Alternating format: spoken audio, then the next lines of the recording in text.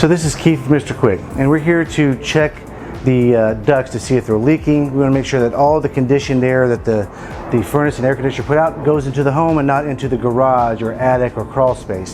So what we do here is we look at the duct work, and I've got a thermal camera, and what it does is it'll point out temperature differences in the ductwork to see if there's any cracks, leaks, air leaking out.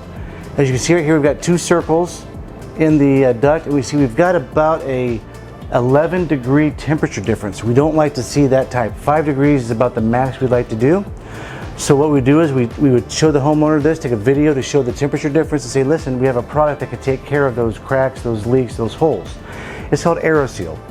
AeroSeal is a product that sends glue, aerosol glue, throughout the ductwork that fills in the holes and make sure that you're getting no duct leakage. It's warranted for 20 years. So you're guaranteed for 20 years of the home that it's going to be sealed up and all the conditioned air is going to the right places.